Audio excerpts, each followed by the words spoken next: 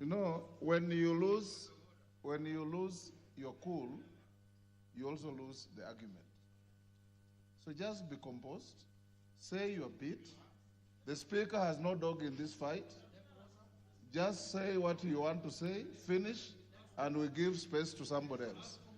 And any member who wants to stand on a point of order, it's within your standing orders. He has said he doesn't want your information. Go on.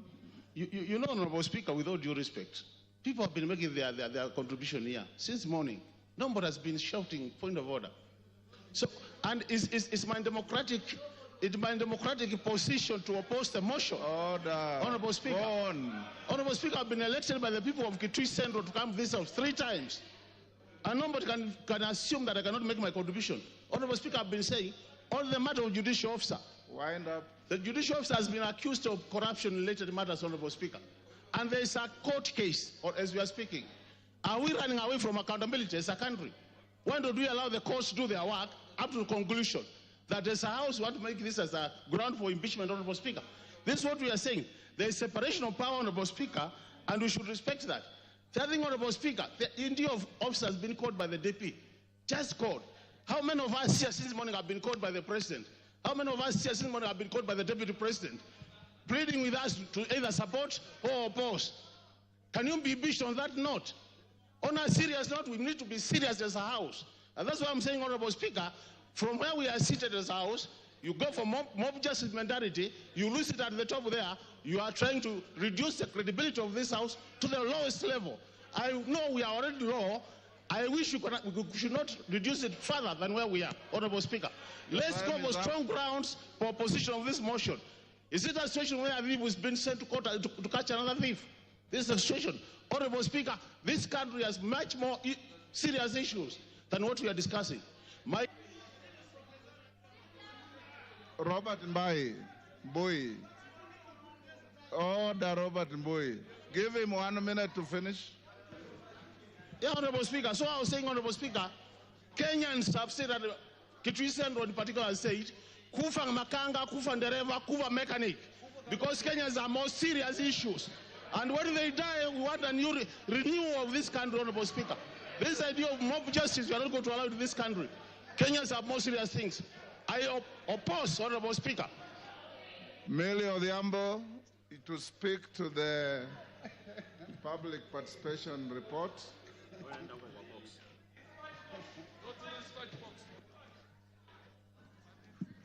Thank you, Mr. Speaker, for giving me the opportunity. Mr. Speaker, I was just wondering if after speaking to the public participation, that I could also just make my contribution.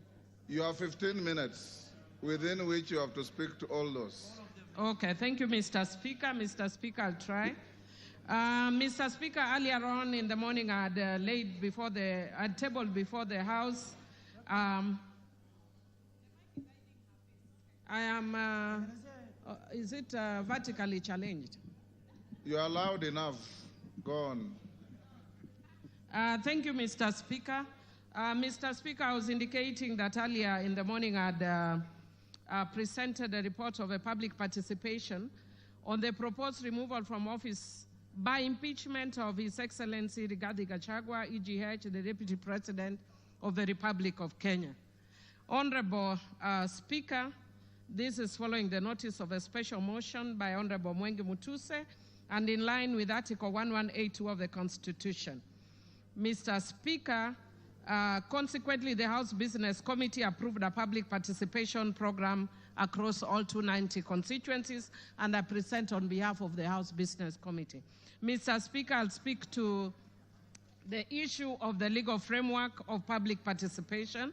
And Mr. Speaker, Article 10.2 of the Constitution provides for the participation of the people as one of the national values and principles of governance. Mr. Speaker, Article 118 of the Constitution requires Parliament to ensure public access and participation of the people in its affairs. I will not go to the details, and we can read it for ourselves because of time. Mr. Speaker, I wish to note that in quasi-judicial proceedings like this, public participation is not really necessary, even though the courts are pronounced that they are.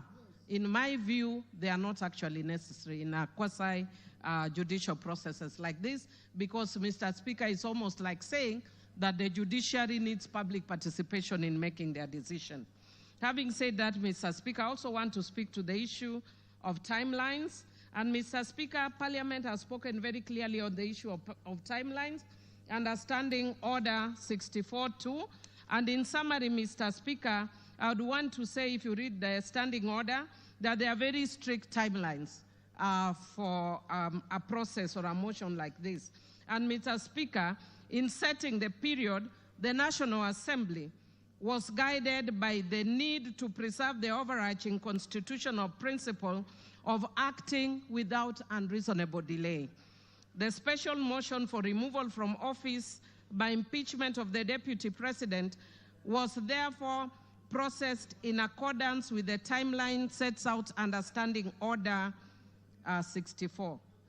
Mr. Speaker, in buttressing the necessity for expedited consideration of special motions, previous speakers of the National Assembly of Kenya expressed themselves on the question of timelines for considering special motions by the House when the special motions were filed proposing the removal by impeachment of the then Cabinet Secretaries, Honorable Anne Waiguru, Honorable James Macharia, Honorable Kaimenyi, and more recently, Honorable Mithika Linturi. In all the foregoing instances, the Speaker emphasized the need to dispose of a special motion as soon as is practicable to remove the anxiety of hangman's noose from the neck of a state officer proposed for impeachment. Mr. Speaker, you have seen the level of anxiety that the Deputy President has undergone, and indeed when he was actually giving the press statement yesterday, he was almost why the House hastens the process so that the emotional turmoil is lessened having gone through this process, Mr. Speaker. Mr. Speaker, the Clerk of the National Assembly published advertisements on the 2nd, 3rd, and 4th of October, and invited written submissions via hand delivery, post, or email until the 5th of October 2024. Mr. Speaker, all these were also advertised on the 4th of October and extended to the 5th in each constituency. To assist in this exercise, a public view template was made available to the public in both English and Kiswahili to guide submissions. On the 3rd and 4th of October 2024, 40,000 copies of the public view templates were also circulated as newspaper pullouts. This template was designated to provide clarity and precision in responses, whether for or against the motion. Number 2, to supplement other means of public input. And 3, to ensure both qualitative and quantitative feedback was captured, which is actually as has been directed by the courts in the past.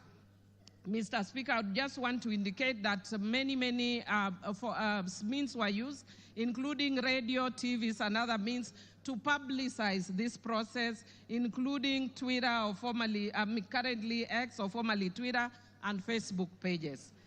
Mr. Speaker, the public was invited to submit views either in support or in opposition of the special motion or offer other views.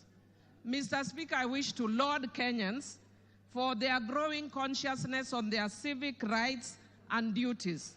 Mr. Speaker, people participated in various ways, as was witnessed both on electronic and social media, Mr. Speaker. And Mr. Speaker, many Kenyans who are participated very expressively.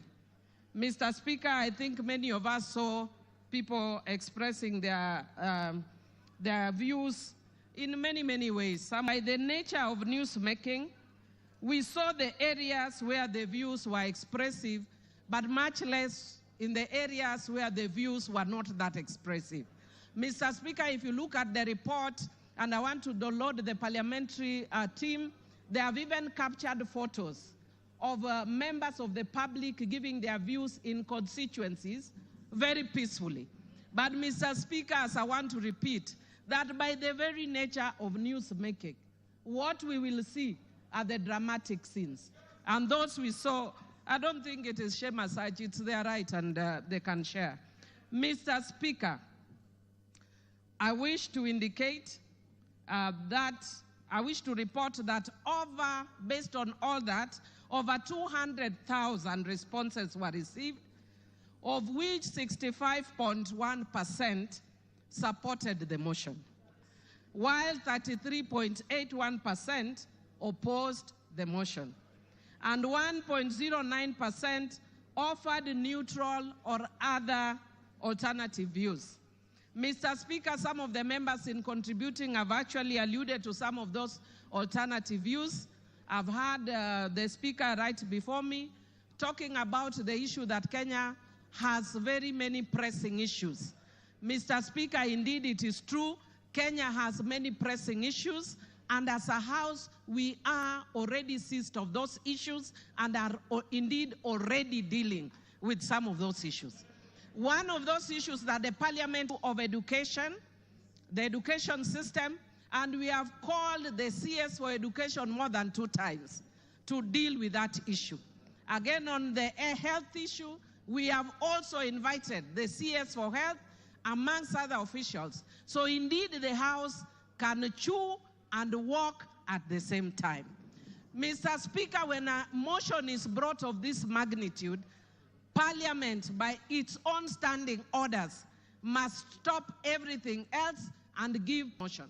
And that is why Parliament stopped all its business on Thursday and focused on this, and all members of Parliament went to their constituencies to deal with this issue.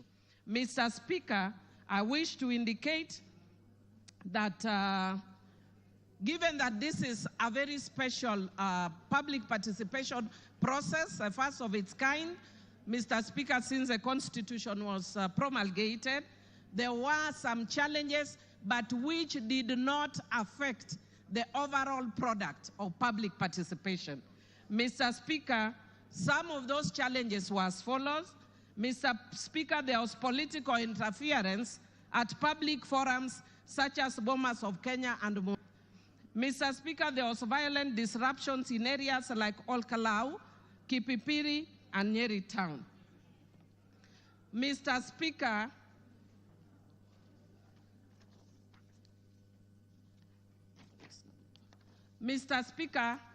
there was incomplete or unclear submission, including forms without identifying information or contradictory responses. Mr. Speaker, there was low turnout in some constituencies due to insecurity, such as in Bura. Mr. Speaker, public expectation for monetary compensation for participation was also experienced. Mr. Speaker, there was late submission of forms and memorandum in some instances. There were threats of violence towards officers and inappropriate language in some email submissions. And Mr. Speaker, there was pressure from some constituencies such as Olkalau and Kipipiri for officers to declare results prematurely. On the whole, Mr. Speaker, most places in the country went on uninterrupted. And the results that I just indicated to you, Mr. Speaker, are based on that. Mr. Speaker, because of time, and I would like other members to speak, I would want to invite members to look at the report that has been tabled by the House Business Committee. Mr. Speaker, I'll just speak very briefly on my own account. Mr. Speaker, I wish to indicate on my own account as a member of Suba North constituency that what we are going through post-2010 Constitution, I want to agree with the honorable member that has spoken and said that it's a very important process, because indeed it is. Mr. Speaker, it is a defining moment constitutionally and a first of its kind since 2010. It is both a legal and a political process. Mr. Speaker, the Supreme Court in the Sonko's case confirmed that impeachment is not just about civil liability or criminal culpability, but it's about accountability, political governance, as well as policy and political responsibility. Mr. Speaker, I'll speak very briefly to that in the end, but I want to speak to the issue of grounds. I'll be very brief, Mr. Speaker. Mr. Speaker, there are 3 grounds that have been given under Article 150 of the Constitution. Mr. Speaker, I want to speak to the issue, the 3rd ground, which is gross misconduct. Mr. Speaker, I have actually looked at the Constitution and there is no definition of gross misconduct. I have looked at our laws and there is no definition of gross misconduct. Mr. Speaker, Black's Law Dictionary defines gross misconduct as a dereliction of duty, unlawful or improper behavior. Mr. Speaker, on that account alone, virtually every ground that has been stipulated here would amount to gross misconduct. Mr. Speaker, speaking as a governance expert, perhaps it's one of the areas we may want to change in future in the Constitution. Because I was saddened when Nancy Baraza was removed from office for just touching somebody's nose. Only. Even pinching. Yeah? Touching somebody's nose. So, Mr. Speaker, what I would like to say, Mr. Speaker, is based on these grounds, it is easy to impeach. Mr. Speaker, if you just had me 1 minute, please. Mr. Speaker. Okay, you have 1.5. Thank you, Mr. Speaker. Mr. Speaker, I would just want to say that I've been by nature, I know I'm a very tough person, but by very nature, I'm also very empathetic. And I've been sympathizing a lot with the Deputy Speaker, especially, Deputy President, sorry, especially when he prays, because I'm also a prayerful person. But Mr. Speaker, I would want the Deputy Speaker to learn from this. Deputy President. Sorry, Deputy President. Sorry, I don't know why I keep going to Honorable Gladys. Mr. Speaker, in my book, which I've just released, Rego Beregt, Principle 9, the power of words, taming the tongue. Mr. Speaker, if the Deputy President had been quiet, he would have carried many people in this house. But he did not tame the tongue. And every time he spoke, he's just showing further and further division of the country.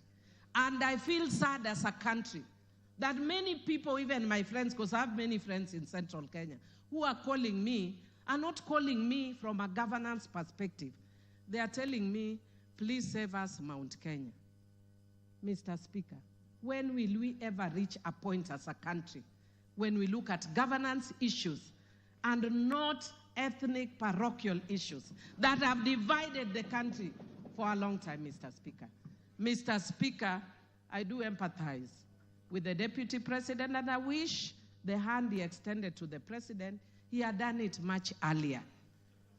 Mr. Speaker, I hope he learns from the experience of Coriolanus of ancient Rome, who had won many battles, and his fame preceded him. But when he got in politics, his mouth brought him down.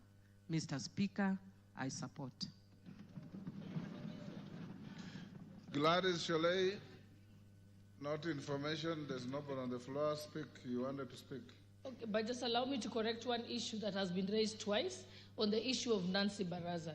Nancy Baraza was alleged to have pinched the nose of someone. It was never confirmed.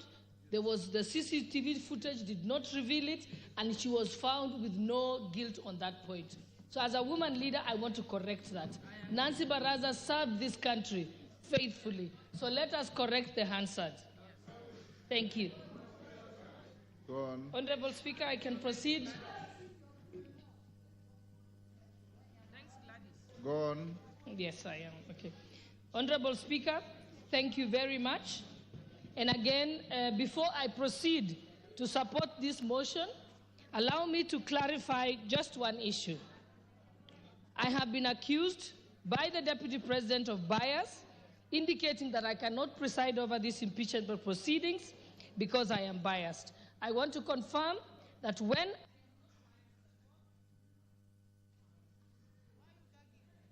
Okay, thank you. I want to confirm that I'm not biased at all. When I made the statements that I did make, I made them as Member of Parliament for Uasin Gishu County and not as a Deputy Speaker sitting on the Speaker's chair. You can only accuse me of bias if I make those statements from the Speaker's chair. I am first a Member of Parliament before I am Deputy Speaker. If the law contemplated a situation where I am gagged as Deputy Speaker, I would have been expected then by that law to resign like the substantive Speaker does in that case.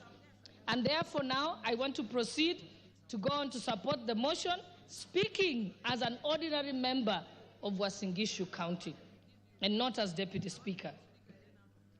I have a few points to point out. The Deputy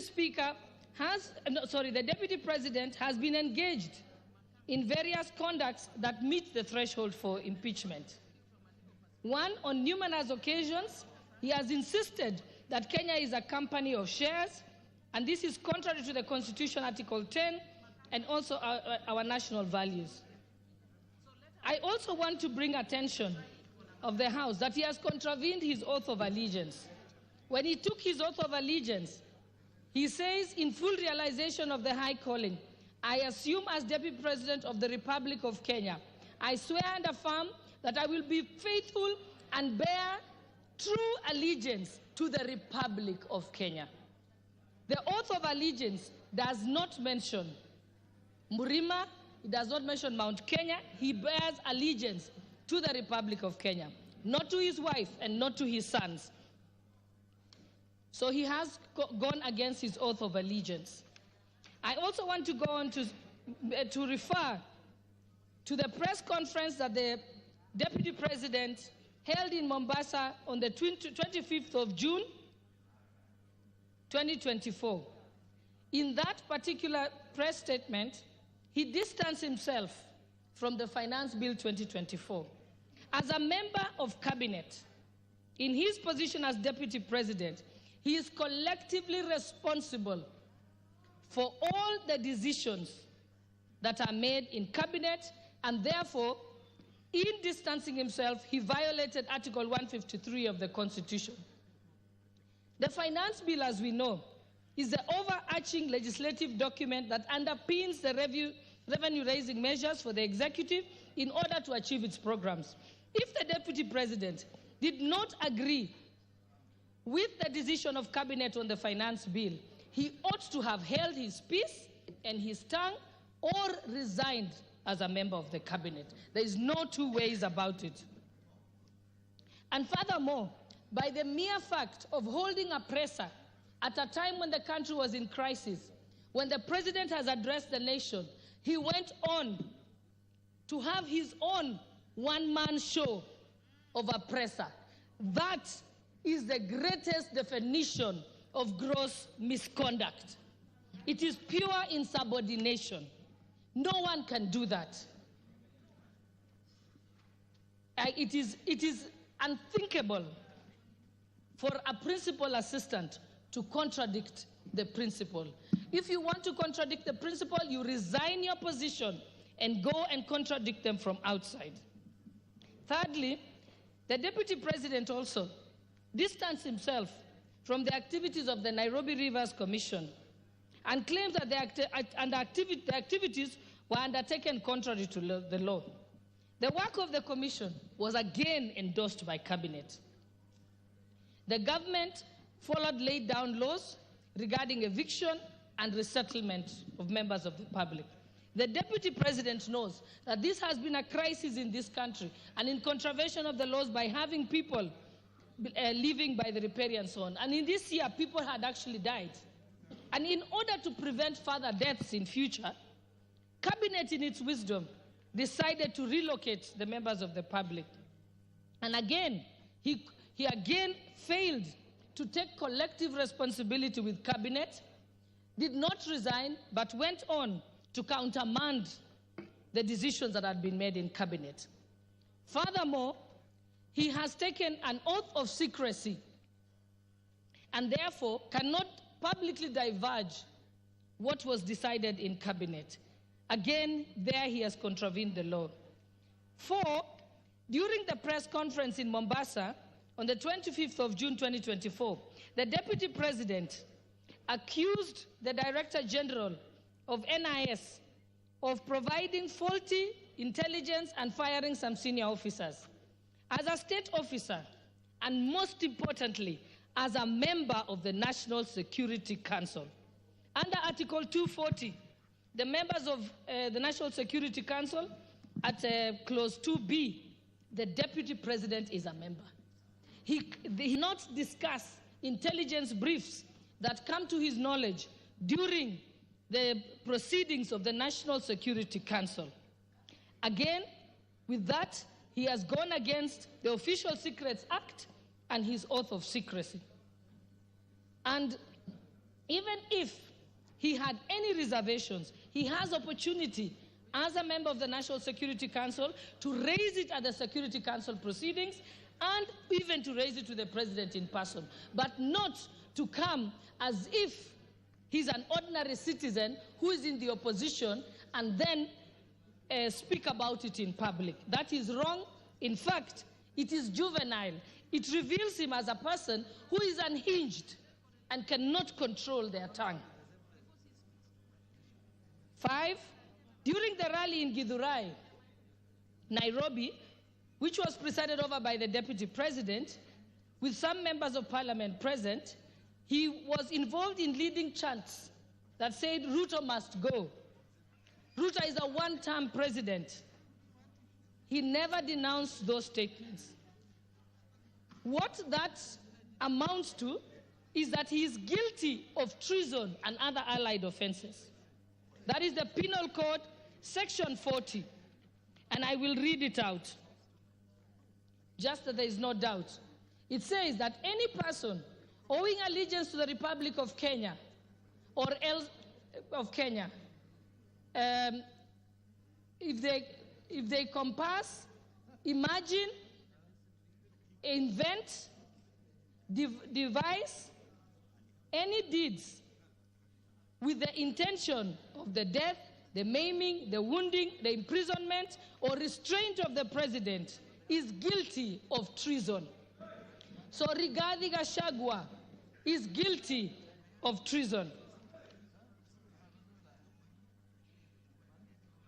And it also amounts to gross misconduct. So the Deputy President cannot therefore expect to remain in his office as Deputy President when his party to efforts to remove the President, to undermine the President, and to campaign against the President. His tenure as a principal assistant is not tenable by any interpretation or meaning. And 6, during his appearance in church in Meru, the Deputy President insinuated that if he is removed, the tribes of Kenya who are native to the Mount Kenya area will revolt and be violent.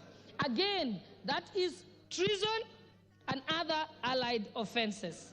And he also goes against the National Cohesion and Integration Commission Act with his utterances that relates to ethnic profiling.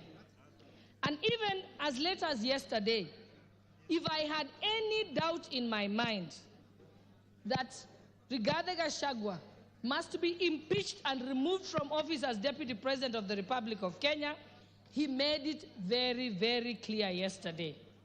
Yesterday, he went on to disclose details of the Kenya Kwanza pre-election pacts.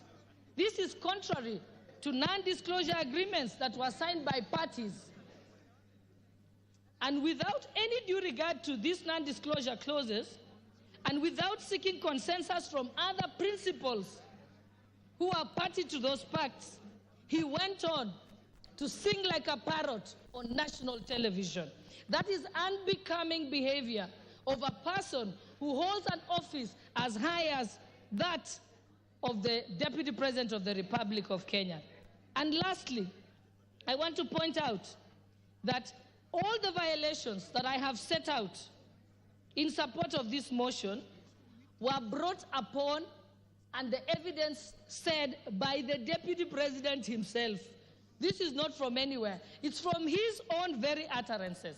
Practically, this is what the Deputy President has done. He has dosed paraffin on himself and he has lit the match all by himself without the help of anybody else. And so he has only himself to blame. I support this motion. Thank you, Honorable Speaker. Adan Kainan.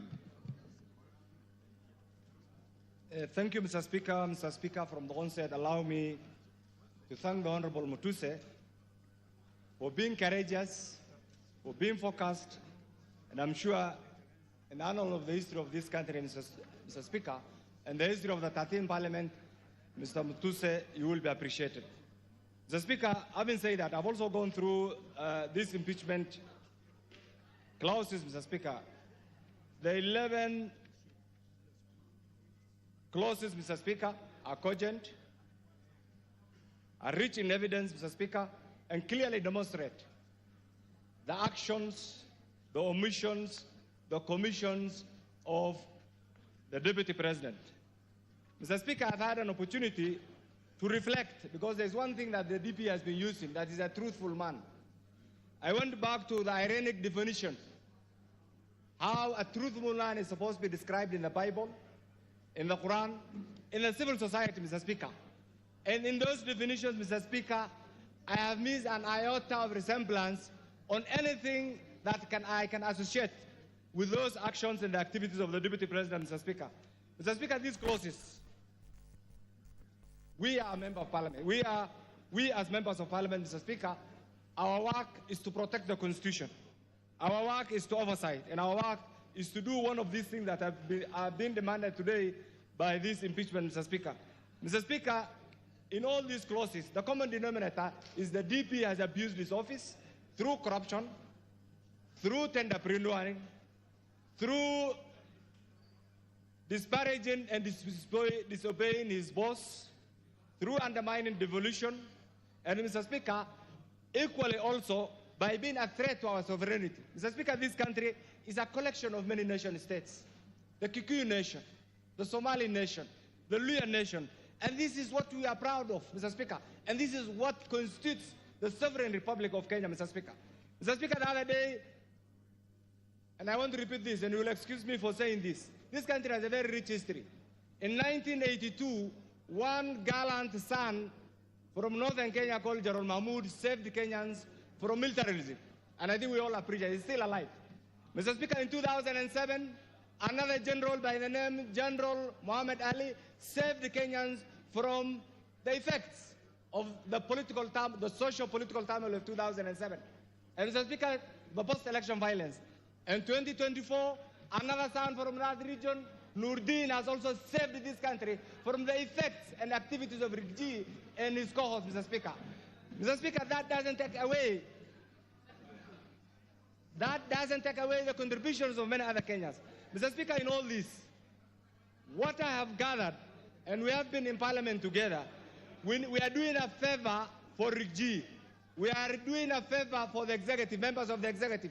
We must save Rigji from the members of the executive, the other members, because he's a threat to their continued performance of their job, Mr. Speaker. We must also save Rigji from the members of the judiciary because he keeps on attacking them, Mr. Speaker. We must also save Rigji from the members of the legislature because he attacks them, Mr. Speaker. We must also save Rigji from the 47 tribes, Mr. Speaker, because he keeps on attacking them. Mr. Speaker, we must also save Rigji from the remnants of Mau Mau because he keeps on abusing their name, Mr. Speaker.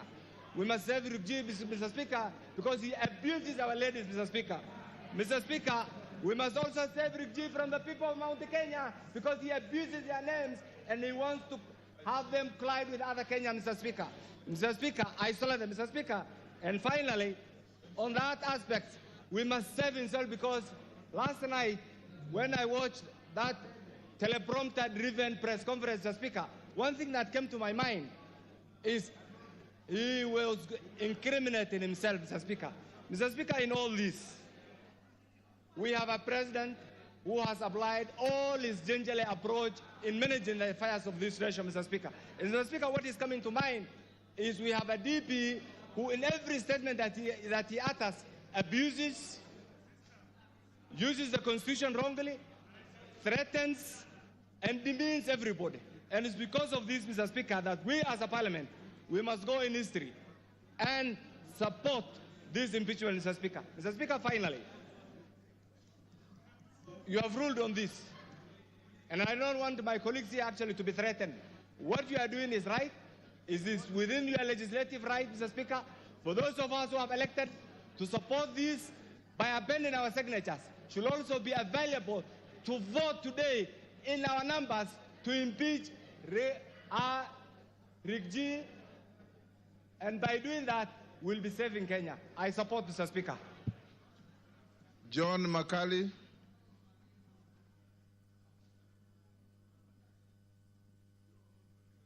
John Makali. Give me the mic.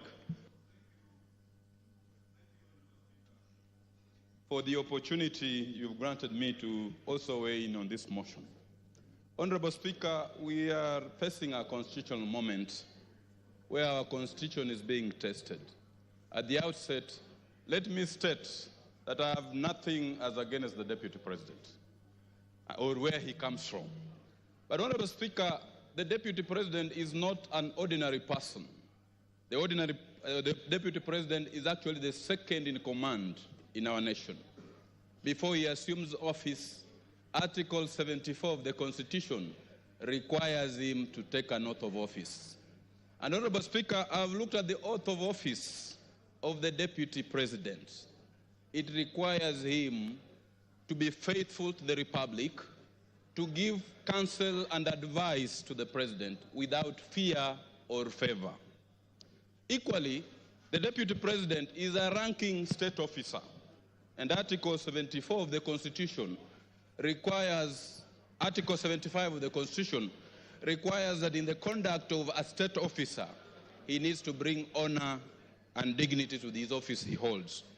Honorable Speaker, looking at the grounds that have been availed, I want to state here categorically, Honorable Speaker, that the Deputy President has violated the Constitution and his oath of office. Why do I say that, Honorable Speaker? One, the Constitution of Kenya, which the people of Kenya gave to themselves, requires that Kenya is a unitary state, regardless of the regions it has. Equally, Article 10 of the Constitution puts national unity, patriotism, as a key component of our national values in the discharge of our duties. Several other times, and I want to speak to this very clearly, Honorable Speaker, when the Deputy President, the truthful man he says he is, attended a church service in Bungoma, and we actually requested that we had several other problems which needed to be handled, specifically blocked road programs, employment opportunities. The Deputy President, the truthful man that he is, told us on our faces that according to the votes which we got, whatever we had gotten was enough and we had no duty to keep on asking for more projects. That is the Deputy President who is supposed to be the principal assistant to the President and who is supposed to portray national unity. Equally, Honorable Speaker, the Deputy President yesterday clearly said that the government that we have now, the Kenya Kwanza government, is a government of shareholders. Because he said the government was formed because of shareholding agreements. Once you become a Deputy President, you are the face of national unity. He cannot really keep invoking the promises which were made, the agreements which were made prior to the government being formed. What will happen to those other countries, other areas which are not part and parcel of those particular agreements that were alleged to have been made? Equally, Honorable Speaker, the Deputy President has committed an offense, or is reasonably expected to have committed an offense. When he was asked in his visits which he makes throughout the country, he stated that he visited Keyo Marakwet, he visited other parts of the country, and he has been given animals. And those animals, he has kept them at his home, and he now has a herd. Article 76 of the Constitution clearly indicates that when you receive a gift or a donation, you are supposed to donate it back to the Republic. You don't keep it up as your reward at home. So looking at this, Honorable Speaker, the Deputy President of the Republic of Kenya has committed a corruption offense for which he needs to go home. Honorable Speaker, the Deputy President of the Republic of Kenya is supposed to be above board. He is supposed to be the number 2 citizen who needs to preach national unity. He is supposed to be the president in waiting. He is supposed to be actually the president in waiting, so that if anything happens, he is supposed to take over the reins of the country. Honorable Speaker, if we look at the utterances that have been made by the Deputy President, let us look at the KEMSA case. I've looked at the affidavit of Dr. Andrew. It is very, very clear that the Deputy President was actually conflicted in the KEMSA supply case, and Article 75 of the Constitution requires all state officers to avoid situations where they are in conflict of interest. And in leading this, the Deputy President should be at the forefront of avoiding situations where he falls in a situation where there's a conflict of interest. Taking into account all these 11 grounds that have been made, I have no doubt on my mind, Honorable Speaker, that for his arrogance, that for his breach of the Constitution, that for his defiance, that for his statements, that for his conduct, he is not a truthful man as he pretends to be, and we cannot have such a person as the Deputy President of the Republic of Kenya. It is high time, Honorable Speaker, that we now seize the dragon of tribalism, we now seize the dragon of ethnicity, we now seize the dragon of regionalism and slay it and get our nation moving forward. Honorable Speaker, I rise to support this particular motion and say the Deputy President of the Republic of Kenya must go, and we have start up a fresh page. I support, Honorable Speaker. Julius Ole Sunguli.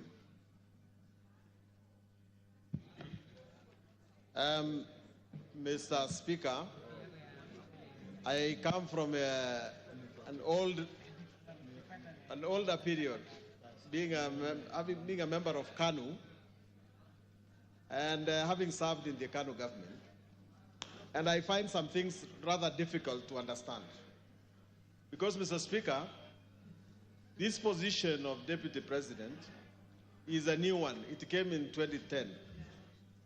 The position of Vice President had very, very good gentlemen.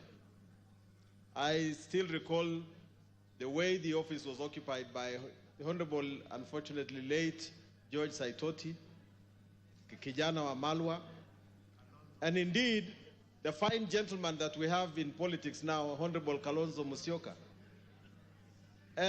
Those people, Mr. Speaker, understood their job. If I were to stand today and accuse the Honorable Rigathi Gachagua, I would accuse him of only one thing. He does not get it. This particular job, he does not know the job description of a deputy president. For one, Mr. Speaker, the Constitution of Kenya says that there shall be a president. And then that president will be assisted by a deputy president. Now, assisted by a deputy president. That means, Mr. Speaker, that our Constitution foresees a situation where we have one driver and one makanga. And one is not trying to do the job of the other. Now, how did we get into a situation, Mr. Speaker, where we now have two bosses in the country? We have the president, who is the boss, and we have the deputy president, who says he's also the boss. Now, if there is something that we have to do in this house, is to resolve that dispute. The country cannot run when we have... Give Wamchomba the mic. Yes, Mheshimiwa. Mr. Speaker, I rise on a point of order to just ask whether the word makanga is parliamentary. I just need a clarification. The word makanga, whether it is parliamentary language. Is the member in order to use that kind of language today? Honorable Wamchomba. Order. Yes, Millie. Yes, Millie. I don't know if Honorable Sunkuli has allowed me to inform you. Yes, yes. Yes, Mr. Speaker, I just wanted to inform Honorable Sunkuli that you can use those words so long as you put in inverted commas, because you are reporting. So when it is reported, like in the case where people are talking kufa makanga, kufa dereva. Mr. Speaker, I even wanted to speak to it by saying that it is actually people saying that are crucifying the DP. By saying he should kufa, the motion here is on the, in quotes, makanga. It's not on the dereva. So people want to bring the motion on the dereva in quotes, can bring, but the one we are dealing with now is on makanga.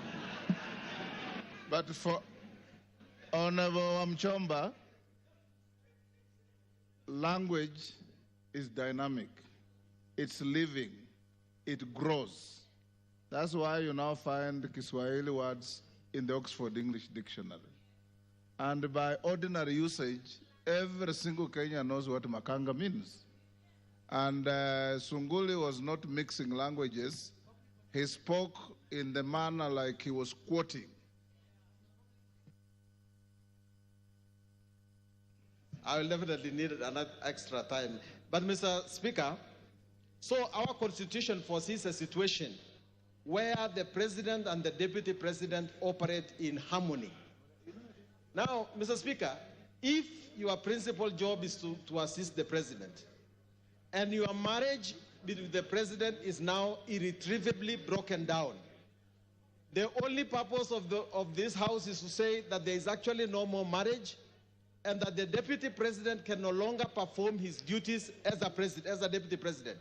And so, if that happens to be the situation, then what remains? I remember the late President Moi telling us that the problem with Africans is that they don't resign until they are kicked out.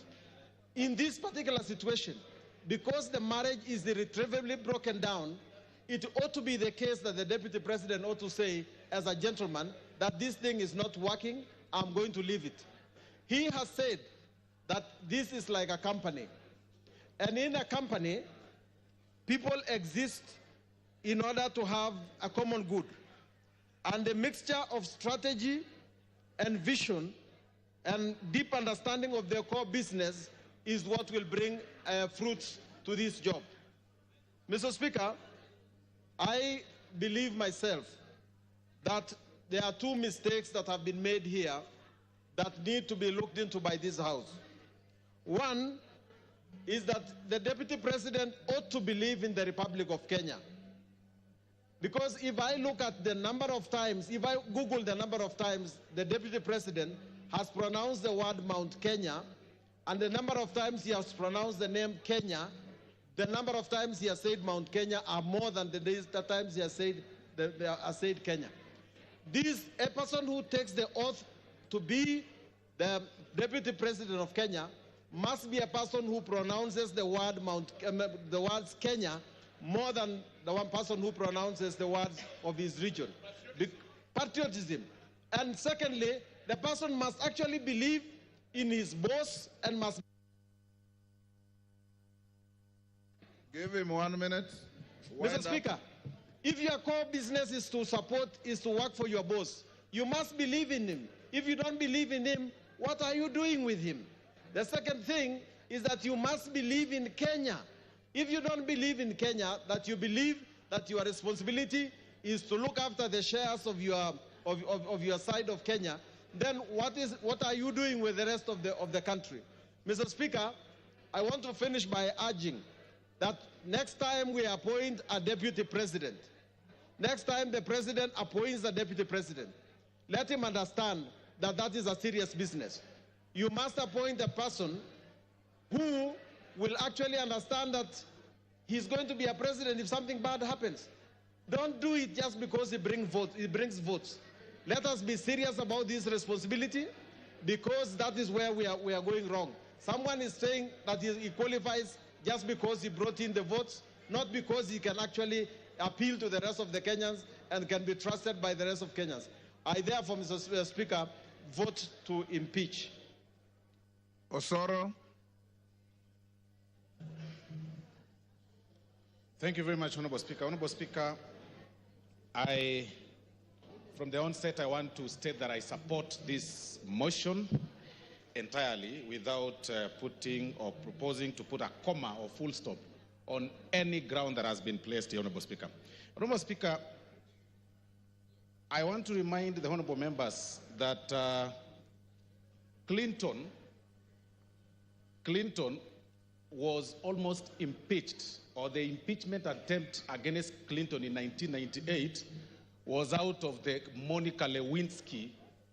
Read your history properly. He was actually impeached. Exactly.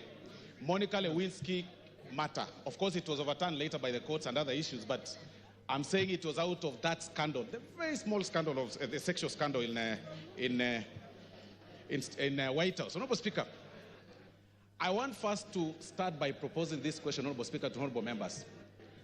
How would you feel that when you eventually transit to the next world, you are dead, that your brother or the person that you choose to entrust to take care of your wife and your children's property decides to start using those property for his own personal use? As members, how would you feel that? That is the question that honorable members should be making, should be answering themselves before they vote today, later today, Honorable Speaker. Honorable Speaker, the late Governor Nderitu Gachagua passed on 24th of February 2017. Between 2017, Honorable Speaker, to 2024, it is indeed true that the late governor then, amongst Mwai, Madenge, and Joroge, he entrusted Mr. Rigathi, the deputy president, as the executor of his will.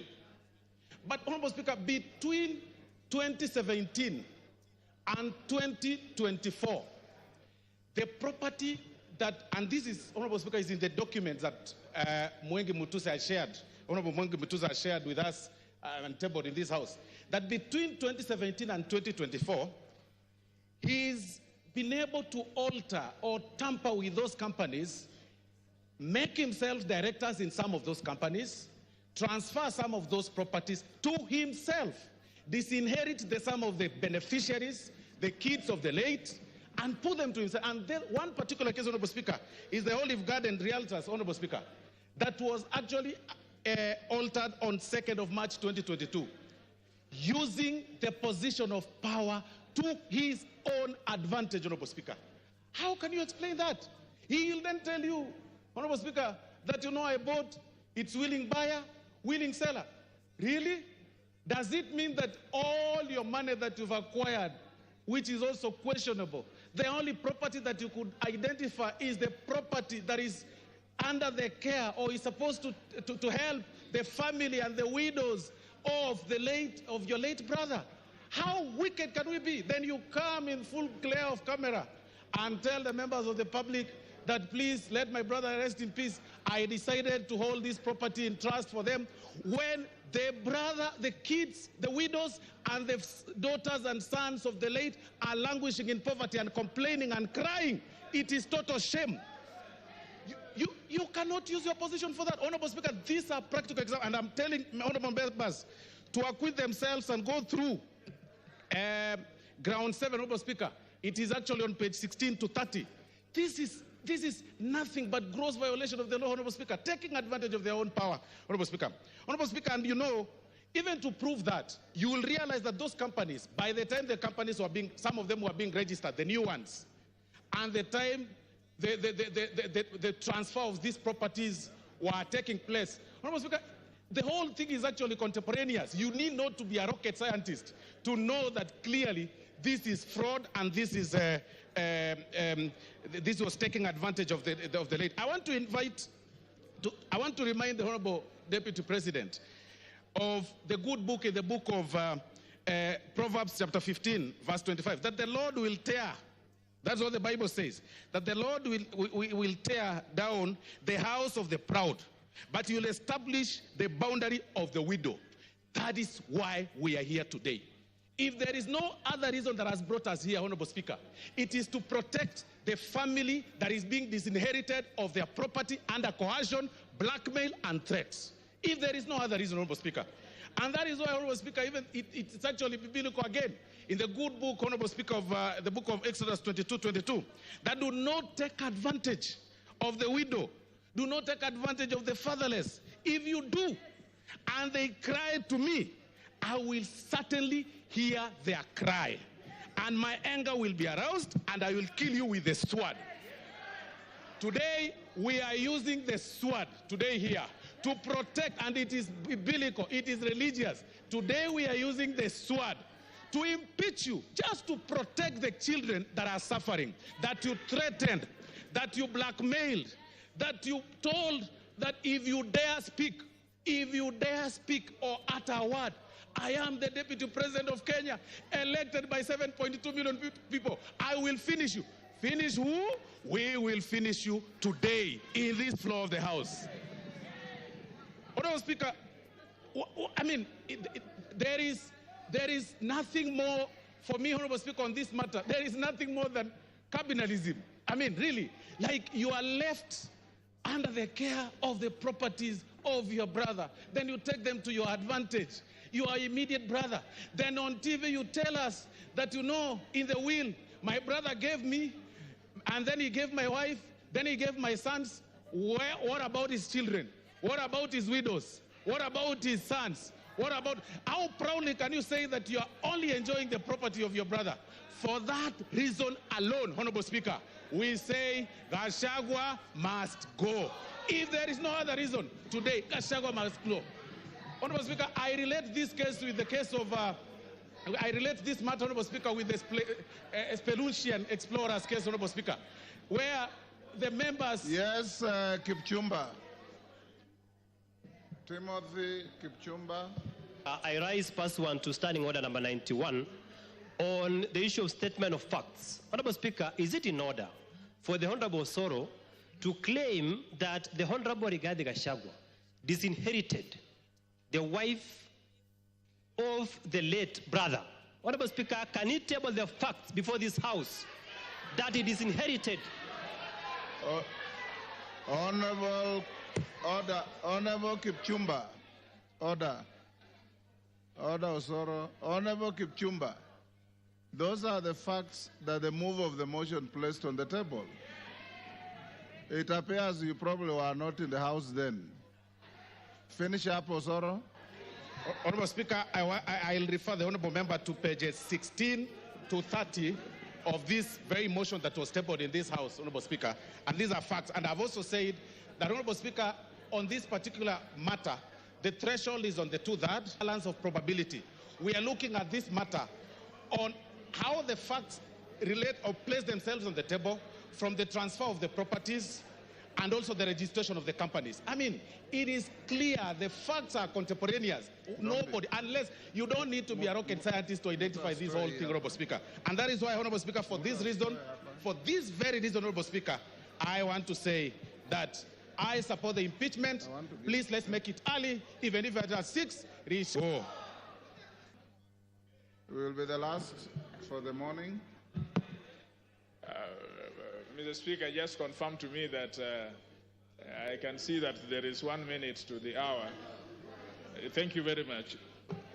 I rise for a very simple reason, that if there is any member who came in this chamber believing that we or the members are going to impeach the Deputy President without reason, they can listen to us and we can give them the reasons why we stand noonday to make this presentation. First of all,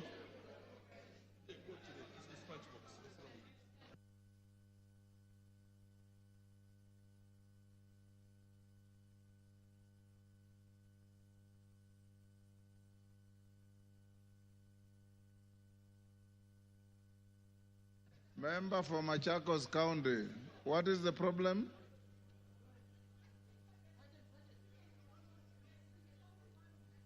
What about the dissenting voices, Shuan? The speaker has no way of knowing who is descending. Yes. Go on, Kajwang. Yes.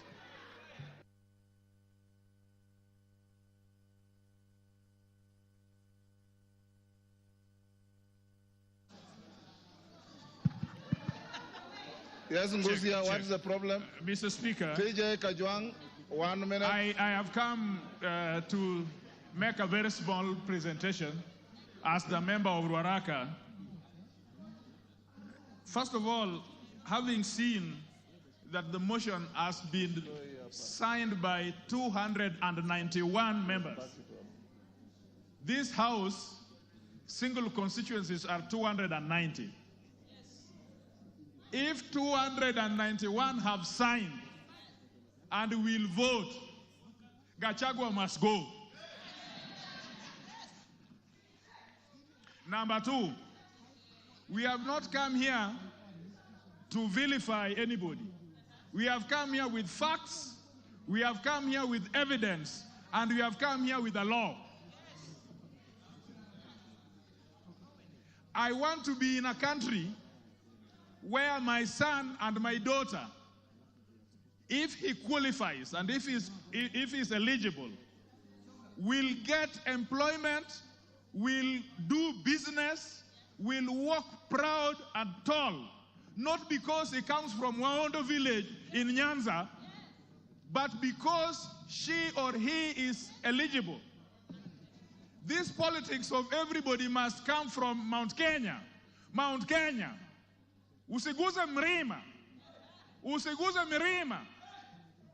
We must show, Mr. Speaker, that this country is for us all. We must show, Mr. Speaker, that there are no people who are entitled more than the others. That there are people who fought for Mau Mau more than the others. Or that there are people who are more populated than others. And so this idea that they work for Kenya Kwanza government and that they must eat, it is their time to eat. This deputy president his mentality is that he got votes for President Ruto, and so it is his time to eat. For that reason only, I would vote, because I want a situation after we are through with elections, everybody, including me, is served, because I pay taxes like everybody else. For the deputy speaker to go to... Yes, Wamjomba. There's a point of order. Mr. Speaker, is the member on the floor? Which order? Mr. Speaker, I'm addressing Mr. Speaker. You are not the Speaker. I am addressing Mr. Speaker. Stop heckling. You are not the Speaker. I'm addressing the Speaker. Go ahead. Mr. Speaker, is the member Honorable Kajiang in order to say that there is a mentality that the deputy president has a mentality to eat? Does he have any gadget to measure mentality? Is that a fact? Can you prove? Can you prove that there is a mentality? Which gadget do you use to measure mentality? Go on. Check. Mr. Speaker, first of all, pronounce my name properly. I'm not Gachagua. I am Kajwang, not Kanjoang. Number two, Mr. Speaker, this is a problem. Everybody, I heard them call it Raira, Kanjuang. They do. Some of you must learn that we are in a country for everybody. Nobody is powerful than the other. Nobody comes from a section of community. Today we will show that this country is for everybody. Mr. Speaker, there must be hygiene in leadership. There must be hygiene. You cannot trade with government, and you are the deputy speaker, deputy president. Sorry. You cannot trade with government, and then you are the deputy president. You cannot trade with government, and you are a state officer. Even you who are sitting here, stop trading with government, so that you only have one work, which is an elected member of this house. So evidence has been laid before us, and we are clear on page 16 of this evidence that him and his family, first of all, he thinks that his family, it is all right if his family trades with the government. He has not read the Leadership and Integrity Act. You yourself, your wife, your mother, your son, your daughter must not trade with government, so that we allow enterprises to grow out there. Mr. Speaker, only on that basis, I think that there is a situation here which we must save. The third one, Mr. Speaker, he is principal assistant to the president. If we don't deal with this thing today, all vice presidents or deputy presidents will think that the president is age mate. There must be a distinction between a president and a deputy president. This one, at least the president has allowed him to chair the cabinet. At least the president has allowed him to be the chairman of IBEC. Now, well, the law has allowed him to be the chairman of IBEC. What would happen if, as the chairman of IBEC, he is only giving budget allocations to people from Mrema?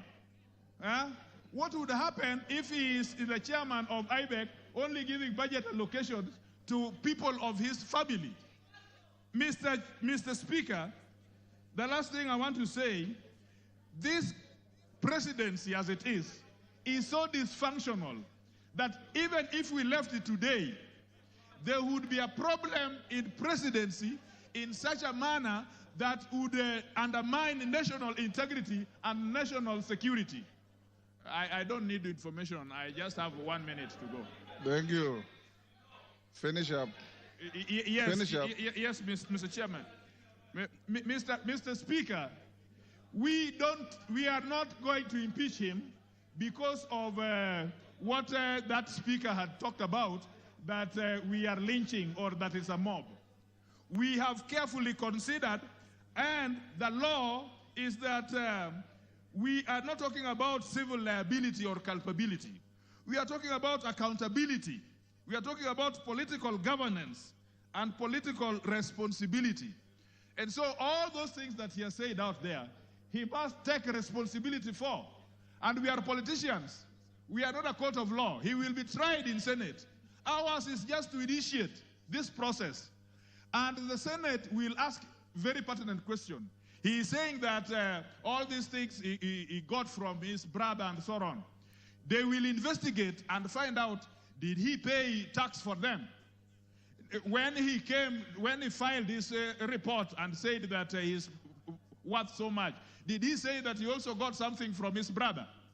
Now, no, it is not here. You don't know. This thing is asked in the Senate. It is the Senate that is the trial chairman and the investigating. So the Senate will also ask his return forms. He's also re-asked the KRA forms if this information are consistent. And so, in all the evidence that I've seen, in all the charges I've seen, I return a verdict that Gachagua must do what? Gachagua must do what? Gachagua must do what? Order, members, will you be upstanding?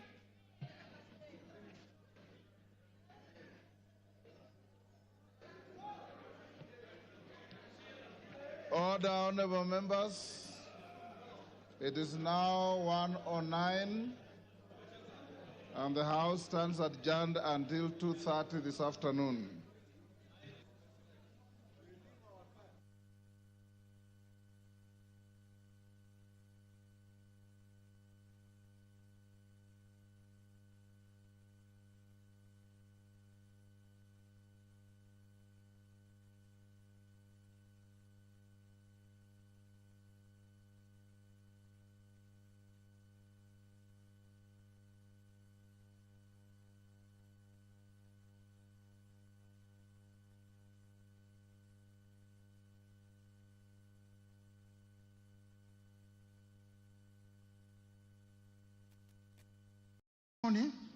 He says that a company that was being funded by the Deputy President.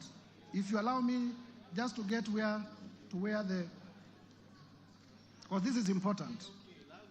At page 70 to 76,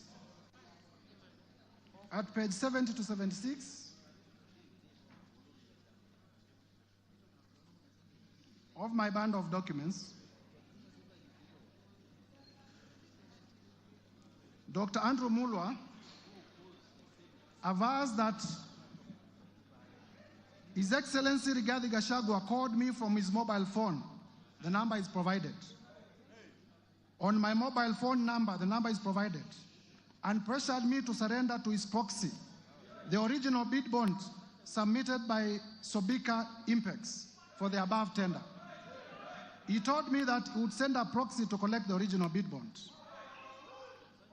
He goes further to state that Dr. Ikuno Rigathi, who is a son to Rigathi Gachagua, the Deputy President, called me and sent me a WhatsApp message from his mobile phone number, which is provided, claiming to be acting for and on the instructions of His Excellency Rigathi Gachagua. He asked for Sobika Impex Private Limited's original bid bond for the above tender, which he said His Excellency Rigathi Gachagua was trying to collect from KEMSA. Annexed here to and marked AM1 are the screenshots, and I would like them, they are already displayed on the screen of those messages. He goes further to aver that Dr. Ikino Rigathi, His Excellency Rigathi Gachagua's son, sent a one Ogora Wilson Okulo of national identity number that to collect the original bid bond submitted by Sobika Impex Limited. He concludes by saying that given the status, power, threats, influence of the people involved in the interference with the investigations and the cover-up of the irregularities surrounding the procurement of treated mosquito nets, I was constrained to surrender the original bid bond to Ogora Wilson Okulo. In short, members, please listen to this. In short, I was caught in a tricky situation, as there was nothing much I could do as a junior government officer against a sitting Deputy President of the Republic of Kenya.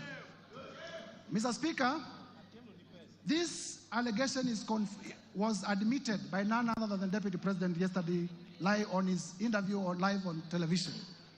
He did confirm that, yes, he called Dr. Mulwa. He also confirmed that he called him in relation to a bid bond. And he did confirm that the company called Sobika, the local representative of Sobika, is a company called Crystal. And the company called Crystal is owned by none other than Rigathi Gachagua and his children.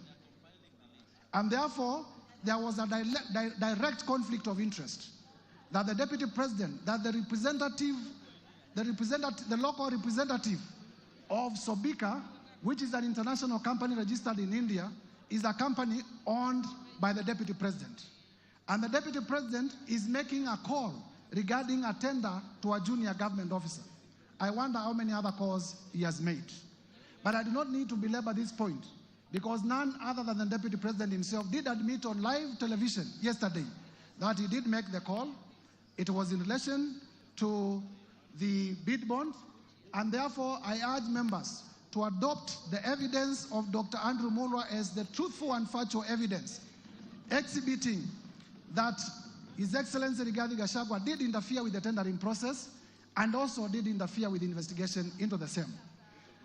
His Excellency the Deputy President did inform the country falsely that no money was lost. Mr. Speaker, you would know that this tender was funded under the Global Fund. And the Global Fund, through letters that we have exhibited, did cancel this funding. And therefore, the Kenyan people lost up to 5 billion Kenya shillings and as well a relationship with the Global Fund, which is a major partner in our health sector. And therefore, to allege that no money was lost is false, because the Global Fund did cancel the tender, and also it affected our relationship in terms of funding from the Global Fund. And we had to do a lot of diplomatic work, going to WHO, going to Geneva, in order to restore our relationship with the Global Fund. Mr. Speaker, lastly, members, I have rushed through the grounds because of the time allocated. I have endeavored to provide evidence that all the 11 grounds that are proposed for the impeachment of His Excellency Rigathi Gachagua are merited, and there is enough evidence. The work of this chamber is to examine whether prima facie there is a case. The trial chamber is the Senate. And therefore, I want to plead with members of this House. It doesn't matter whether you signed the motion or you did not sign the motion. I have endeavored to persuade each one of you individually that this country requires a serious leadership. And His Excellency Rigathi Gachagua is not part of that serious leadership. I have endeavored to persuade each one of you that this country requires leaders who can respect the rule of law. This country requires leaders who can respect the Constitution. And His Excellency Rigathi Gachagua is not one of them. And therefore, I take this time to implore on each one of you, besides our political persuasions, to realize that we want the best for our country. This is the country that we shall bequeath to our children. And if the country is destroyed by reckless leaders like His Excellency Rigathi Gachagua, there will be nothing to bequeath our future generations. And therefore, persuade each one of you, please vote with your conscience, put Kenya first above your politics when you come to vote. Lastly, Mr. Speaker, members of Parliament, if you listen carefully to His Excellency Rigathi Gachagua, and I did say at the time of giving my notice of motion, I have nothing against him as a person. But I was perturbed yesterday because His Excellency Rigathi Gachagua did insult members of Parliament. He insulted the intelligence of members of Parliament. There are members here who are senior lawyers. There are members here who are senior accountants. There are members here who are teachers. There are members here who are accountants. There are members, all of us are respected in our societies. The people of Kenya have elected us to exercise a constitutional mandate in this country. But His Excellency Rigathi Gachagua did say that most of the members of Parliament signed the motion without reading it. That is an insult to your intelligence. His Excellency Rigathi Gachagua, in the live interview yesterday, did say that Parliament is a theater of the absurd. In my training as a lawyer, he who insults the jury, he who insults the jury deserves no mercy from the jury. He who insults the jury deserves no mercy from the jury. His Excellency Rigathi Gachagua has insulted you before Kenyans. I urge you to rise up to the occasion. I urge you to rise up to the occasion. Uphold all the 11 grounds. Uphold all the 11 grounds. Uphold all the 11 grounds. Mr. Speaker, there is evidence that I have not gone through. The whole issue of Wamunyoro investments and the land in Embakasi. I have evidence in my bundle of documents that His Excellency Rigathi Gachagua used his office as the Deputy President, called junior officers at the Ministry of Lands, forced them to forge documents to the effect that Wamunyoro Investment had bought the land in Embakasi long even before it had been registered as a company. That land, Mr. Speaker, belongs to a sickly civil servant. It belongs to a father, it belongs to a mother. Mr. Speaker, we must have a Deputy President who is compassionate. I watched the Deputy President yesterday on television displaying impunity and arrogance. He told Kenya, yes, I have said Kenya is a company, Mutadu. He said that he has said that Kenya is a company. Unapologetically, he has said Kenya is a company. Is this the kind of a person you would want to be your Deputy President? Members of Parliament, I do not want to imagine that anything can happen to the sitting president. I do not want to imagine. But it is also a factual reality that something can happen to the president who is in power today. If anything, and God forbid, happens to the president who is in power today, Is this the man you would want to complete the term as president? This man, honorable members, this man called Rigathi Gachagua has already said that the members of parliament in Mount Kenya are either to Gunia, I don't know what that means, or are collaborators, and that he will take them home. He has already said that where I come from, we deserve no development in Ukambani. He has said that the people of Nyanza deserve no development. He has said that the people of Western deserve no development nor appointments from the government. He has said that the people of the coast deserve no development from the government. He has said that the people of Northeastern deserve no development from the government. Those are the people you represent. Those are the people you represent. As you rise up to vote, please have the best interest of your people at heart. I urge you, honorable members, as one of your colleagues. I urge you, honorable members, as one of your colleagues. When this motion is finally put to vote, please vote to impeach Rigathi Gachagua.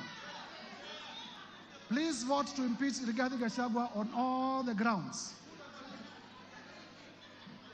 As I conclude, Mr. Speaker,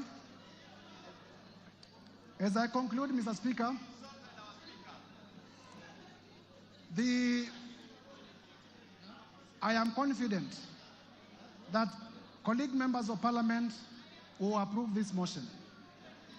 And I want to assure you, in the event that you vote for this motion, I will also persuasively defend it before the Senate. And I am sure the Senate of the Republic of Kenya will also uphold, and Kenya will have a better deputy president who views the country as a whole. With those remarks, Mr. Speaker, I beg to move and call our able deputy majority leader, the Honorable Owen Baya, to second the motion. I thank you, Mr. Speaker. Owen Baya, you have 10 minutes.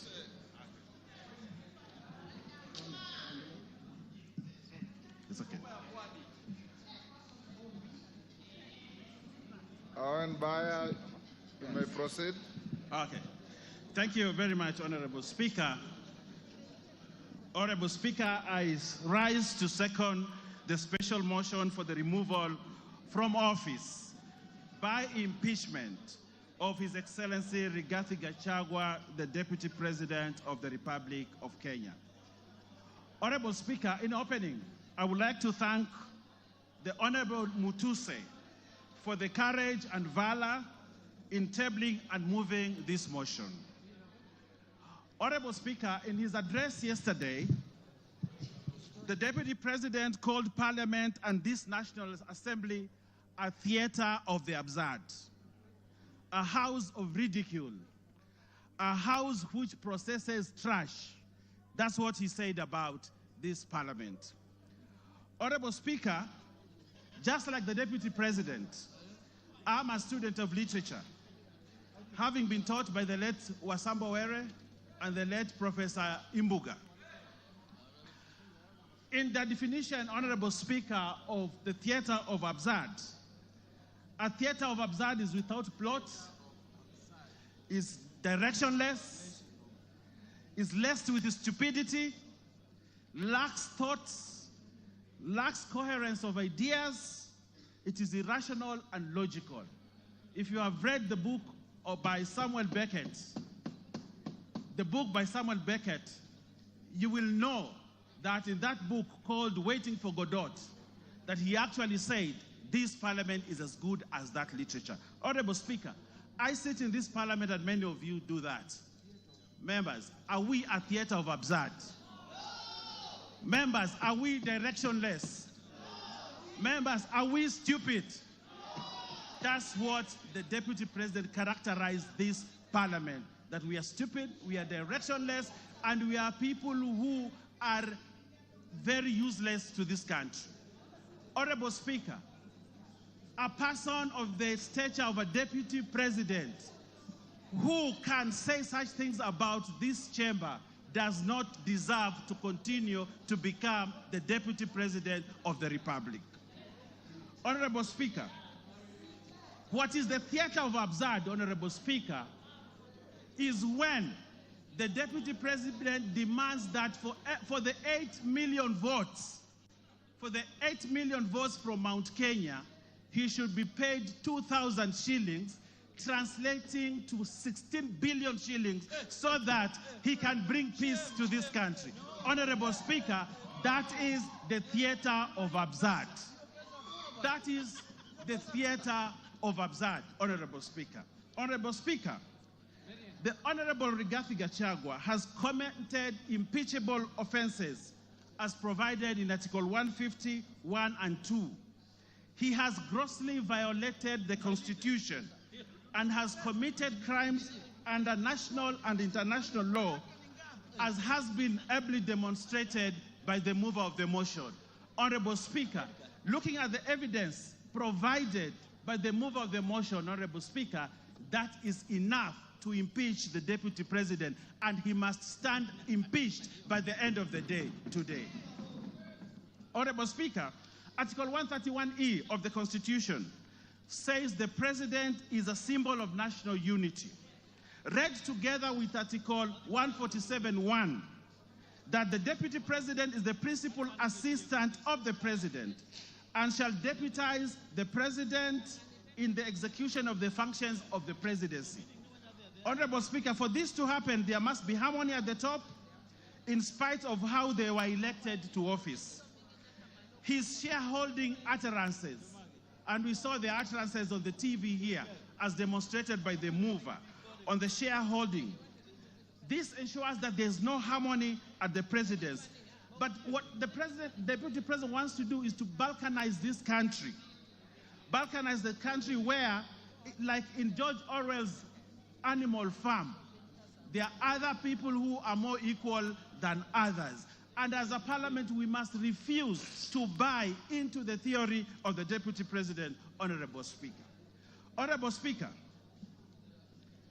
the Deputy President has taken himself and wants to be a tribal king of the Murima, ready to break the country, sow seeds of disunity for his own political gain. And this chamber, today, by the end of the day, we must have no Deputy President who wants to balkanize this country. Honorable Speaker, the office of the Deputy President is a high office as established under Article 130. The authority of his office must be exercised within the provisions of Article 10(2), which anchors this principle of national unity. As core, the holder of this office must exercise this article at the highest level ever. Honorable Speaker, as Deputy President, he must be beyond reproach. Like Caesar's wife, Honorable Speaker, like Caesar's wife, he must be above any form of suspicion,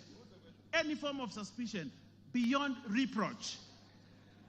But Honorable Speaker, the utterances and the actions of the Deputy President brings his reputation to disrepute, because he has sown sort of disunity and he has taken a trajectory that is likely to bring balkanization of this country. For that, Honorable Speaker, we cannot continue to have a Deputy President who cannot uphold the oath of his office, and therefore Rigathi Gachagua must go. Honorable Speaker, if you look at the story of Pompey, the wife of Julius Caesar, you realize that although she had been accused of sacrilege, but the court acquitted her.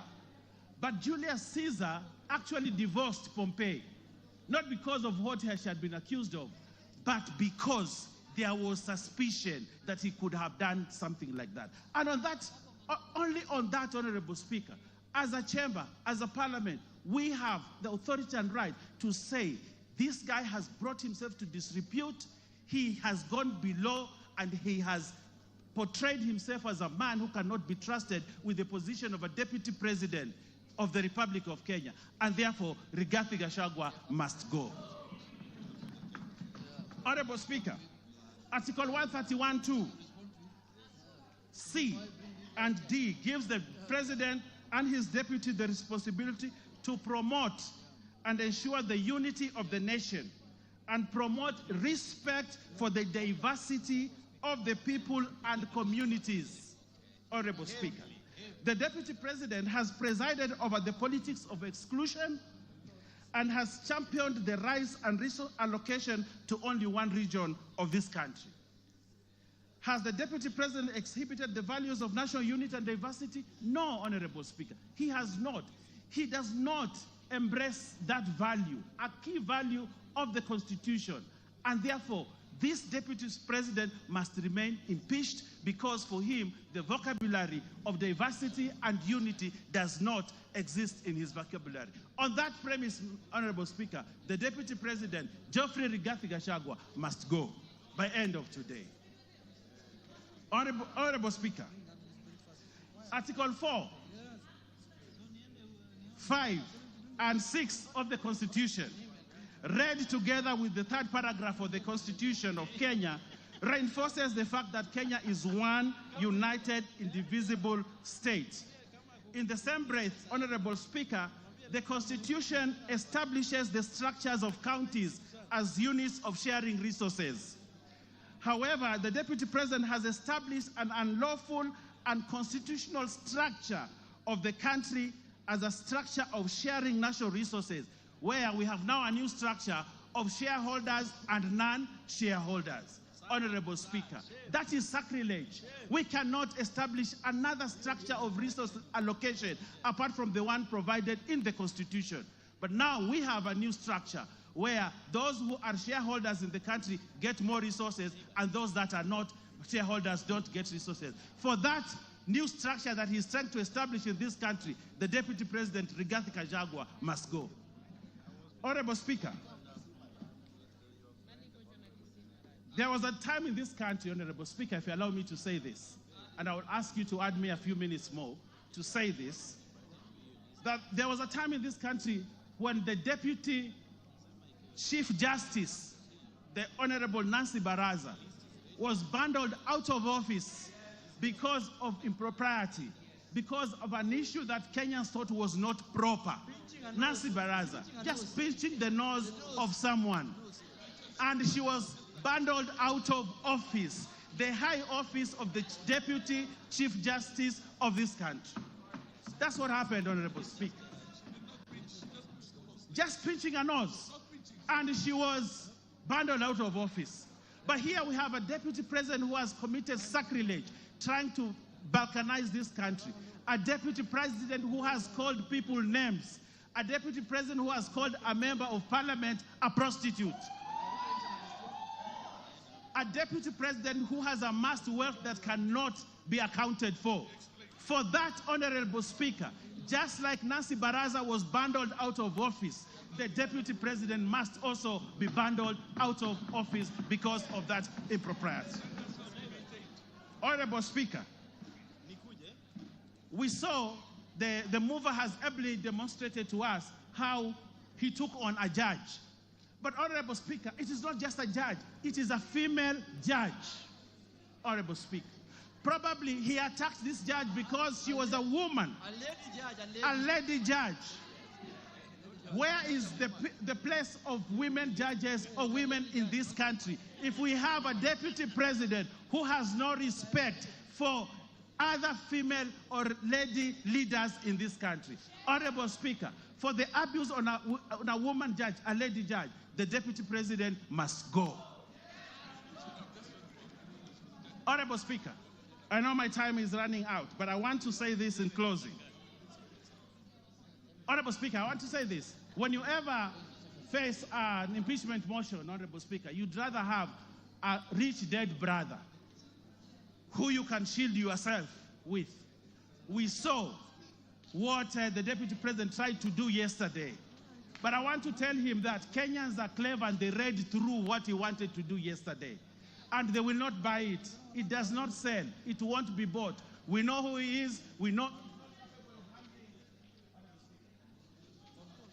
Give him 1 minute. Finish up. Finish up.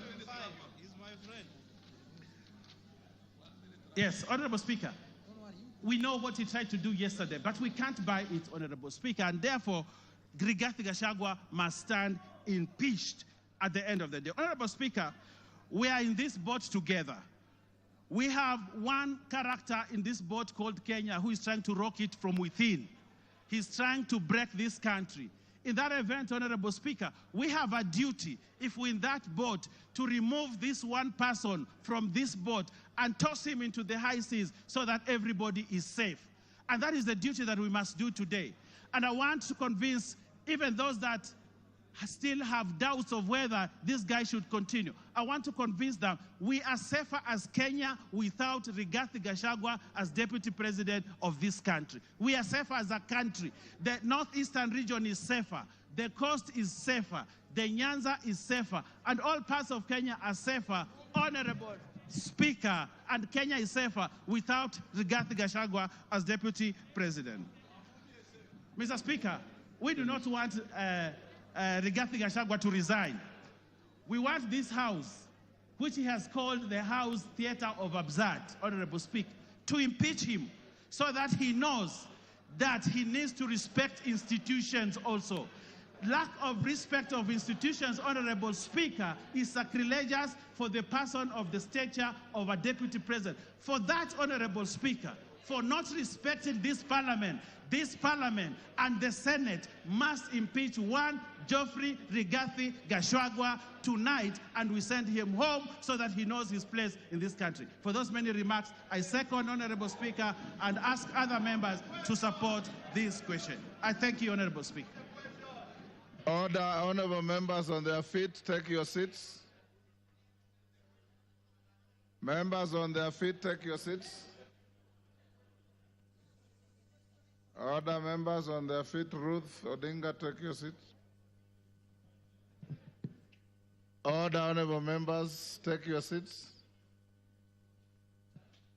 Honorable members, I now propose the question, and you'll note that on the order paper, there is the long version of the motion and the abridged version of the motion.